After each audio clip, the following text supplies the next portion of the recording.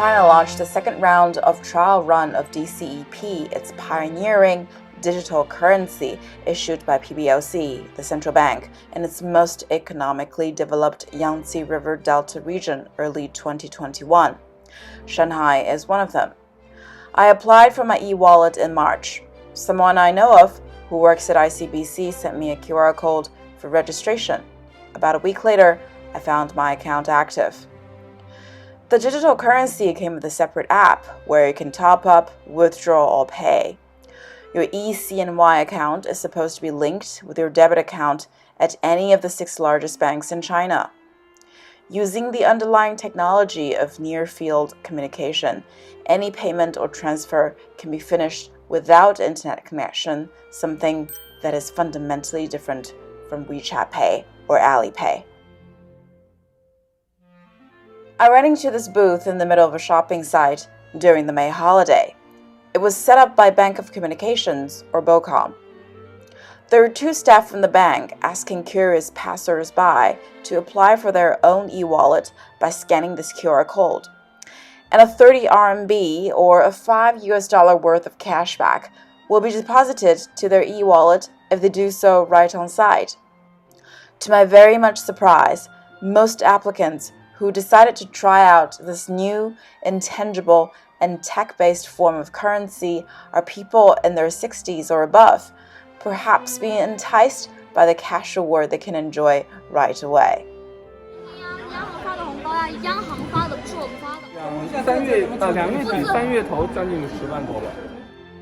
There are not many places where one can pay with eCNY right now.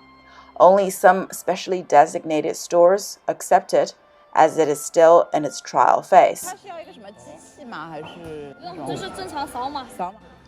I was able to find a fresh market in downtown Shanghai where such payment is welcome. This big screen at the entrance caught my eyes right away, as it displays an integrated set of data that shows the total vendor revenue on that day, the floor plan of the market, shoppers' faces and temperatures, and price trend of major produce. It sets a good tone for the rest of the walk because this very old school 1970s way of shopping is decently tech-equipped, laced with modernity here and there. I found a stand where I feel the owner may have the patience to deal with a rather strange request. 第一个二维码是吧？对，你扫过，因为我这个是现在还没执行，它这个还没响，你扫好给我看一下。5.3块对吧？对没错。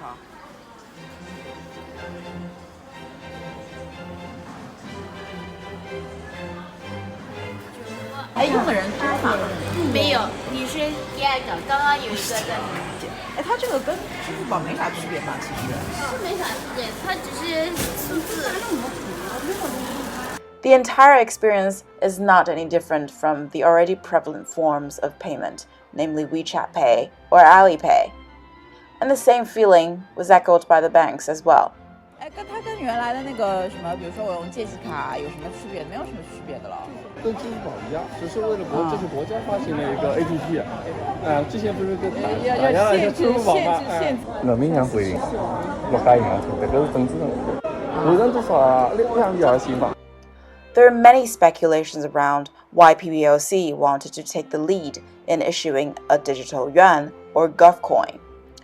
Top-tier Chinese cities like Shanghai have already become a cashless society for several years.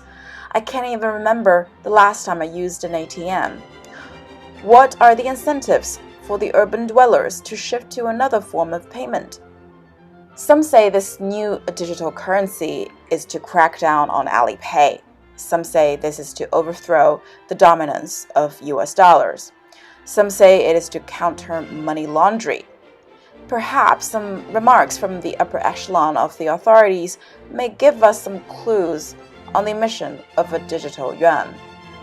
所以说，这个数字人民币中心化管理呢，是有利于我们抵御加密资产和全球性稳定币的这个侵蚀，防止货币发行权旁落。另外，数字人民币中心化管理能够实现这个支付系结算，可以提高商户资金的周转率。那么，对于解决中小企业的这个流动性的问题，包括刚才这个尚主席讲的，融资难、融资贵的问题，提升货币政策的执行效率。那么同时呢，也有利于打破零售的这个支付壁垒和市场分割，避免市场的扭曲。An e-currency is the perfect way to create a data reservoir. Money supply and credit can be more accurately directed to investment in real economy, company capex expansion, increasing productivity, and potentially creating more jobs. PBOC can write a program that will devalue the currency if consumption momentum is declining over a certain period of time and encourage people to go out and spend more. Also, if money becomes traceable, it will be more difficult to hide your income. Tax planning may need a bit of redesigning. And the government is just one click away from getting a full hold of my Friday bar hopping route. That is to say, your cash will be literally earmarked, and the authorities can monitor whether you're using your money in the way you claim. And in the scenario of cross-border, it becomes almost automatic for the authorities to monitor and control the inflow and outflow of forex.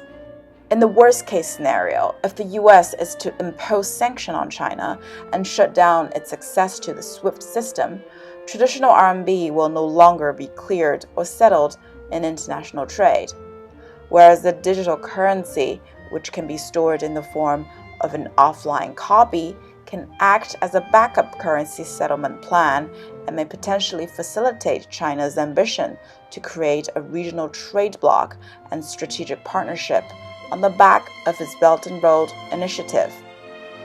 Just as I always say, to find China's smartest people who work in the government, you should look no further than two organs.